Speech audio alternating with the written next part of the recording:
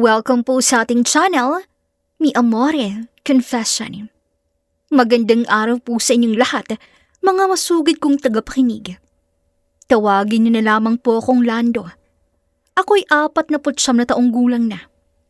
Gusto ko lamang po sanang ibahagi sa inyo ang kwento ng buhay kong ito. O mas tamang sabihin, gusto ko lang sanang maglabas ng bigat na ilang taon ko na ring bitbit. Hindi ko alam kung mapapatawad pa ako ng Diyos o ni Ani. Asawa kong higit 20 taon kong nakasama. Sobrang mahal ko ang asawa ko. Ngunit sa isang pagkakamali, nasira ko ang lahat. Ang kanyang tiwala, ang kanyang pagmamahal, at maging ang pagsasama namin bilang mag-asawa. Tahimik at simple lang ang buhay naming mag-asawa dati sa San Miguel. May maliit kaming sari-sari store at ako na may nagmamaneho ng jeep market. Wala kaming anak. Siguro yun na rin ang isa sa mga bagay na unti-unting nagpalamig sa aming samahan. Si Ani mabait at mapagkumbaba. Pero noong mga huling taon, madalas na siyang malayo ang tingin. Laging pagod, laging tahimik. Ako naman abala rin sa hanap buhay hanggang sa dumating si Ryan. Kumpare kong matagal ng kaibigan mula kabataan. Pare, dito na muna ako Sabi ni Ryan noon habang bitbit ang ilang gamit. Kailangan ko kasing maghanap ng bagong trabaho Baka sakaling dito sa bayan may mahanap ako. Walang problema. May bakanting kwarto naman sa itaas. Ituring mo ng parang bahay mo na rin to. Hindi ko inakalang yung pagtulong ko na yun. Siya ring magiging ugat ng pagkakamali ko. Mabait si Ryan. Madaldal.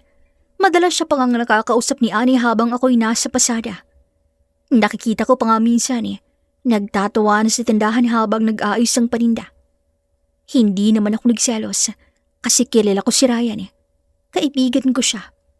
Kumpare. Pero dumating yung mga gabi na napapansin kong mas madalas silang magkausap kaysa sa akin at ng asawa ko. Minsan nga pag uwi ko, siya pang nagbubuhat ng mga kahon sa tindahan samantalang si Ani, tila kumikisap ulit ng mata. Matagal kong pinagkibit-balikat hanggang sa ako mismo ang nakaramdam ng kakaibang inggit. Hindi inggit sa atensyon ni Ani kay Ryan, kundi inggit sa kung gaano siya napapasay ni Ryan, bagay na matagal ko nang hindi nagagawa. Minsan isang gabi habang nag-iinuman kami sa terrace, sabi ko sa kanya, Pare, buti ka pa hanggaan mong kasama. Si Ani nga parang mas komportable sa'yo kesa sa akin kasi naman, ikaw puro trabaho. Hindi ka na nakikipagkwentuhan sa kanya. Napangiti lang ako noon, pero sa loob-loob ko, may kurot na akong naramdaman. Yung uri ng kirot na hindi ko alam kung selos ba o panghihinayang. At doon pala nagsimulang mabasag ang tiwala. Hindi agad, pero dahan-dahan. At gaya ng kahit anong pader, kapag araw-araw mong tinatapik, luluwag din. Hindi ko alam kung kailan ako tuluyang nadulas. Pero alam kong nagsimula lahat nung una kong napansin kung gaano kababa ang tingin ni Ani sa sarili. At kung gaano ako kalabis pumayag na ibang taong magpuno noon. Lumipas ang mga ilang araw, mula nang manuluyan si Ryan sa amin at madalas ko na ring marinig yung tawanan nilang dalawa sa tindahan. Minsan sa umaga, habang nag-ayos ako ng jeep, rinig ko mula sa loob ang boss ni Ani. May halong saya. Yung tagal ko nang hindi naririnig sa kanya. At imbis na matawa, may kung anong bumigat sa dibdib ko. Masaya yata kayo Sabi ko minsan nang pumasok ako. Ngumiti si Ani. Si Ryan lang nagbibiro. Nakakatawa kasi yung kwento niya. Tumango lang ako. Wala akong nasabi. Pero sa loob ko, parang may kumislot na hindi ko alam kung tampo ba o takot. Mula noon, napansin kong mas tahimik na ako sa bahay. Hindi ko naman sinasadya pero bawat tawa nila, parang palaso. Tapos isang gabi, habang naglalabas si Ani sa labas, lumapit sa akin si Ryan. Pare, pasensya ka na kung minsan nakakakulitan ko na si miss mo Mabait lang talaga yung babae mo. Nakakagaan ng loob kausap. Walang problema pare. Magandang at may nakakausap siya. Baka kasi sawa na rin sa akin eh. Hindi naman siguro. Pero hindi ako natawa. Kasi sa totoo lang, matagal ko na ring ramdam yung gap sa pagitan naming dalawa ni Ani. Naging tahimik ang mga gabi namin. Halos walang usapan, walang lambing. Parang magkasama lamang kami sa ilalim ng iisang bubong pero hindi na magkasalo ng iisang mundo. Hanggang isang gabi, biglang umulan ng malakas. Walang kuryente, madilim sa buong bahay. Si Ryan galing sa labas, basang-basa. Pare bang dito muna ako sa sala? Di na ako makabalik sa kwarto sa taas eh. Delikado yung hagdan. Oo, sige lang. Kumuha ka lang ng tuwali sa banyo. Lumabas si Ani bitbit ang kumot. Ryan, gamitin mo muna to, baka ginawin ka. Tinanggap ni Ryan pero napatingin sa akin. Ngumiti ako ng pilit. O sige, ayos lang. Tahimik kami buong gabi pero hindi ako nakatulog. Rinig ko yung mga patak ng ulan, yung mahihinang yabag ng sahig, yung mga tunog na dati hindi ko pinapansin. At doon ko na-realize ang takot ko, hindi lang baka may mangyaring mali, kundi dahil baka ako mismo ang magtulak doon. Simula nun parang naging ibang mundo na ang bahay namin. May mga sulip na hindi ko mapaliwanag, mga tahimik na gabi na parang humihinga ang hangin ng sikreto. At kahit gusto kong pigilan, may mga pagkakataong parang ako pa mismo ang nagtutulak sa kapahamakan namin. Hindi mo palagad mararamdaman kung kailan nagsisimulang mabasag ang tiwala. Minsan dumarating lamang yung araw na mapapansin mong hindi na pareho ang mga tinginan. Hindi na rin pareho ang katahimikan. Yung dating komportableng tahimik, nagiging alanganin. Mas madalas na rin ang mga interaksyon ni na Ani at Ryan. Tumutulong siya sa tindahan, sa pag-aayos ng mga paninda, pati sa paghatid kay Ani sa palengke tuwing umaga. So umpisa okay lang. Hanggang sa napapansin kong ako mismo yung laging nanunood sa kanila. Hindi ko alam kung selos ba yung nararamdaman ko o takot. Isang gabi habang nag-ayos kami ng tindahan, tinanong ko na si Ani. Masaya ka ba? Ha? Oo naman. Hindi kasi kita nakikitang tumatawa dati. Ngayon parang mas madalas. Ngumiti siya ng tipid. Siguro kasi may nakakausap na rin ako. Mali ba yun? Umiling lang ako. Hindi ko rin maintindihan kung bakit sa halip na magselos, may parte sa akin na parang bumibitaw. Parang gusto kong makita kung hanggang saan kaya ni Ani, kung gaano kalayo ang kaya niyang puntahan kapag hindi ko na siya hawak. At doon nagsimula yung pinakamaling desisyon ko. Isang gabi ng Sabado, nagkayayaan kami mag-inuman sa labas ng bahay. Ako, si Ryan at 2 kapitbahay. Matapos nilang umalis, kaming 2 na lamang ni Ryan ang naiwan. Pare, alam mo, matagal na kitang pinagkakatiwalaan. Minsan nga mas kampante pa si Ani sa'yo kaysa sa akin eh.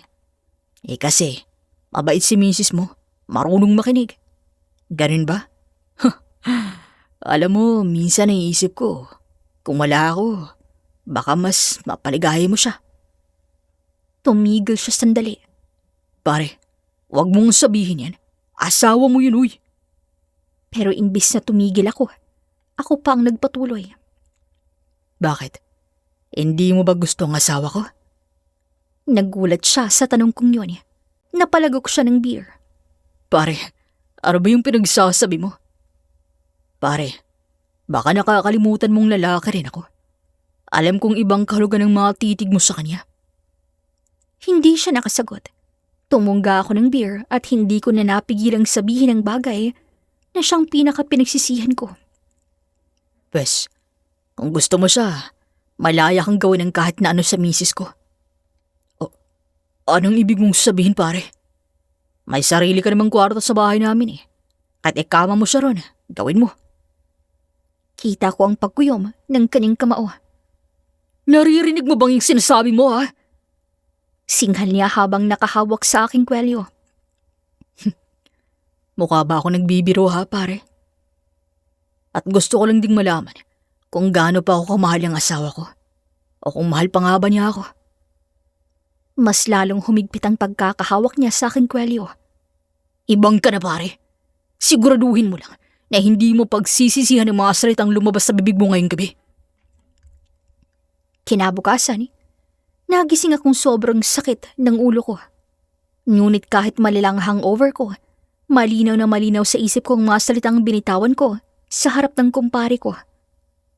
Ang sarap mo namang magluto, Mare. Rinig kong sabi ni Ryan. Napahinto ako papuntang kusina. Salamat. Maikling sagot naman ng asawa ko. Pero sa tingin ko mas masarap ka kaysa dyan sa luto mo. Naikuyom ko ang kamao ko.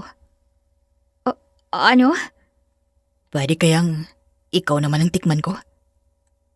Hindi ko na kayang marinig pa ang pag-uusap nila. Kaya't imbis na magtungong kusina ay umalis ako ng bahay. Kahit wala pang kain ay bumiyahe ako't namasada.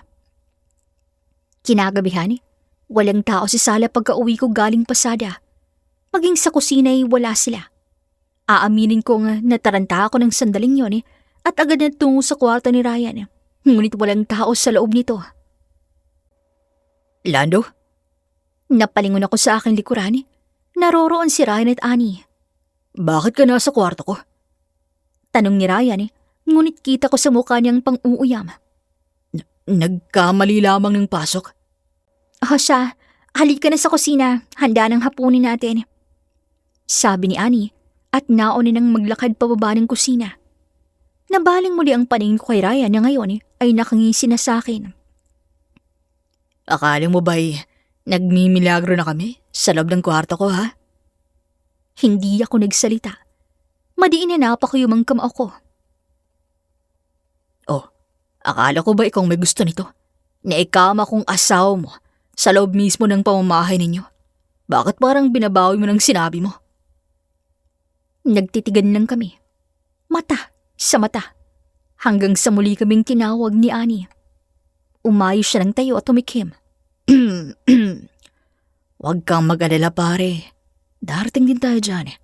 Hindi na lamang luto ng asawa mo ang matitikman ko, kundi ang mismong putahe na ngayon.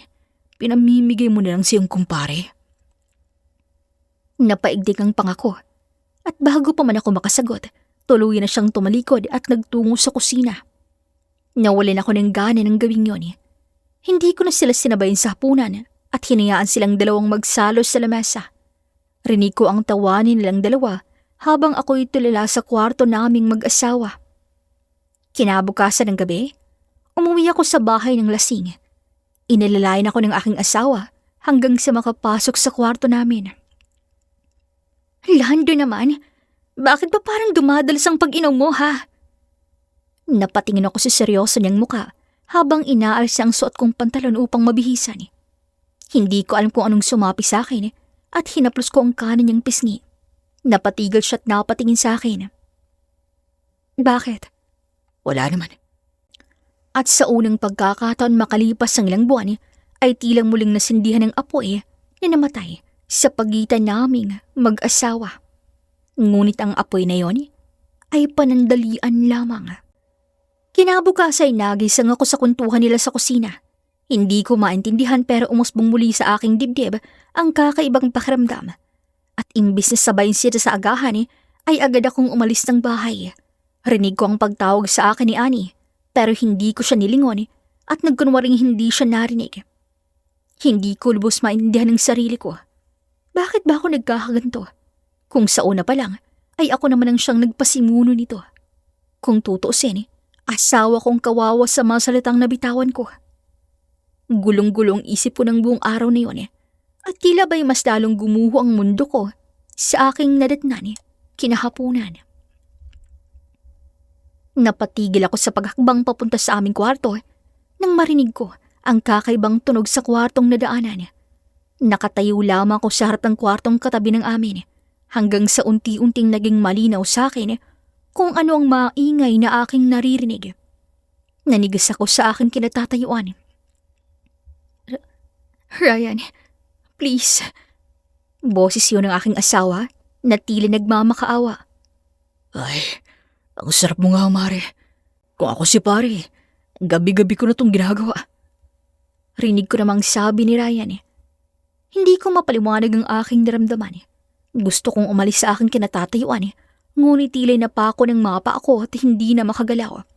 Napuno ang kwarto niyo ng halinghing nilang dalawa. Rinig na rinig ko ang tunog ng kanilang mga hingal at pag-iisa ng kanilang mga katawan. Bakit? Bakit ko hinayaang humantong sa ganito? Hindi lang isang beses na nadatan ko ang ganung pangyayari. Hindi lang 2, ni 3, kundi marami. Minsan pagising ko sa umaga, rinig ko ng paglangit-ngit ng kobre kama sa kabilang kwarto. O kaya minsan ay ang agos ng gripo kasabay ang mga daing nila sa banyo. Hindi ko alam kung paano ko nakakayang pakinggan at hindi ko alam kung bakit hinahayaan ko pa. Paano ko ba nasisikmurang ang misis ko ay nakuha ng ibang lalaki at ang lalaking yon ay kumpare ko pa. Hanggang sa dumating ang araw na hindi ko nakayanan. Araw ng Sabado yon, wala si Ryan sa bahay. May importanteng lakad daw. Hindi ako namasada ng araw na yon. Ani? Panimula ko na hindi alam ang idudugtong. Bakit? Tanging sagot niya, abala sa paghahain ng humagahan naming 2. Nang makaupo siya sa harapan ko, tinitigan ko siya sa mata. Sinalubong niya to. Patawarin mo ako. Halos pumiyok kong sabi. Hindi ko na kayang konsyansyang bumabagabag sa isip ko. Wala siyang sinabi. Nakatitig pa rin siya sa akin. Blanko. Wala akong mabasa kahit na anong emosyon. Kasalanin ko lahat ng to. Akong Alam ko. Putol niya sa sasabihin ko. Nagulat ako, Miss Amore. Alam ko lahat, Lando. Narinig ko kayo ng gabing yun. Narinig ko kung gaano mo ako kapamigay sa iba. Kung gaano mo pinagdudahan ng pagmamahal ko sa iyo. Kung gaano kababang halaga ko sa paningin mo. At hindi na lang sana bilang asawa mo. Ngunit bilang babae. Ang kaninang blanko niyang mga mata ay napalitan ng puot at lungkot. Nanlumuha ko, hindi ko alam ang isasagot. Hindi kita kinumpronta kasi mahal kita. Iniisip ko na baka lasing ka lang talaga nun. Na baka babawiin mo rin ang mga sinabi mo kinabukasan.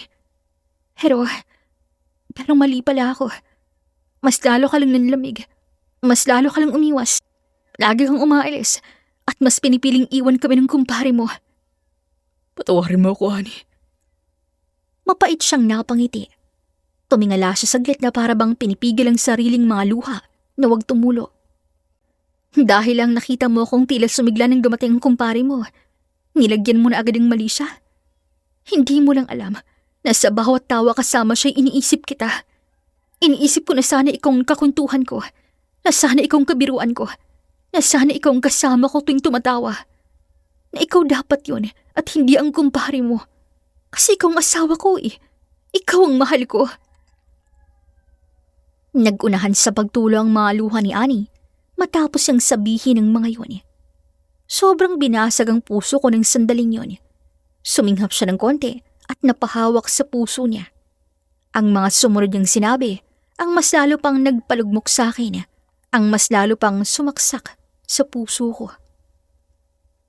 Nung unang gabing may nangyari sa amin, akala mo ba ginusto ko yun? Pinilit niya ako, Lando. Pinilit niya ako. At tingin mo hindi ko alam na nasa labas ka ng kwarto nun, ha? Pero wala kang ginawa. Wala kang ginawa, Lando. Ang bawat katagang binitawan niya ng sandaling yun ay tilang mga kutsilyong tumatarak sa puso ko. Ramdam ko ang panginginig ng buo kong katawan niya at maging mga luha ko ng sandaling yun ay walang humpay sa pagtulo. At dahil natapakan na rin man lang ang pagkababae ko at hinayaan lang ako ng asawa ko, bakit hindi ko nalang itodo? Yung mga hagik-hik ko, yung mga tunog, mga daing sa tuwing ginagalaw niya ako, pilit kong nilalakasan yun. Gusto kong malaman kung hanggang kailan kaya mong naririnig na paulit-ulit binababo yung asawa mo. Pero baka nga, at ganun ka bahaba ang tingin mo sa akin, na para bang isang putaheng pang free tay sa mga mall. Kahit ganun lang ako sa'yo kadali ipatakim ako sa kumpare mo. Napaluhod ako sa harap niya, Miss Amore. Mahigpit na napakapit sa kanyang mga kamay. Patawarin mo ako, Ani. Patawad sa lahat ng nagawa ko sa'yo. Iyon lang ang nausal ko. Paulit-ulit na patawad. Ngunit marahas ang winagsi ang mga kamay ko. Tinitigan niya ako sa mata. Mga titig na nakakapaso. Tama na, Lando. Pagod na ako. Tingin mo kaya pa nating ayusin to? Kung maging ako'y diring-diri na sa sarili ko? Ayoko na, Lando. Hindi ko na kaya. Matapos sabihin niyo ng asawa ko, tumayo siya at umalis ng kusina. Hinabol ko siya, lumuhod, umiyak, nagmakaawang wag akong iwan. Pero wala na siyang ibang sinabi. Hindi niya na ako pinakinggan at hindi ko siya masisisi kasi hindi sapat ang salitang patawad sa nagawa ko sa kanya. Pagkatapos ang usapan namin yun, ay nag-impake siya ng kaning mga gamit. Naalala ko pang nakatayo lang ako sa may pintuan ng kwarto namin. Umiiyak na nakatingin sa kaning nag-aayos ng kaning mga gamit. Buo na ang desisyon ni Annie ng araw na yon. Hindi man lamang umabot ang hapon ng tuluyang tinalikuran ang pamamahay na binuo namin sa napakahabang panahon. At ako ang dahilan nun. Nakabalik si Ryan kinahaponan nang wala si Annie. Nadatnan niya akong nakatulala sa sala. Pinaalis ko rin siya ng bahay ng araw din yun. Walang ibang sinabi. Nagligpit siya ng mga gamit at umalis. Naiwan ako sa bahay namin ni Annie. Sobrang tahimik. Sobrang tahimik na parabang pinapatay ako. Halos 4 na taon na rin mula nang mangyari yun. Ngayon ay wala na akong balita kay Annie. Ang alam ko lang, umuwi siya sa bahay ng kaning mga magulang. Ako naman ay naririto pa rin sa bahay namin. Ayokong umalis dito. Baka sakaling babalikan pa niya ako. At Annie, kung sakaling mapadpad ka sa channel na to at marinig mo to, patawad. Alam kong hindi sapat ang salitang yun sa lahat ng nagawa ko. Ngunit buong puso akong humihingi ng tawad sa'yo. Patawarin mo ako sa nagawa ko. At sana dumating ang panahon na mahanap mo sa puso mo ang kapatawaran sa mga pagkakamaling nagawa ko. At nandito pa rin ako, naghihintay sa pagbalik mo. Hanggang dito na lamang po ako. Maraming salamat sa inyong pakikinig. Hanggang sa dulo. Lubos na gumagalang, Lando.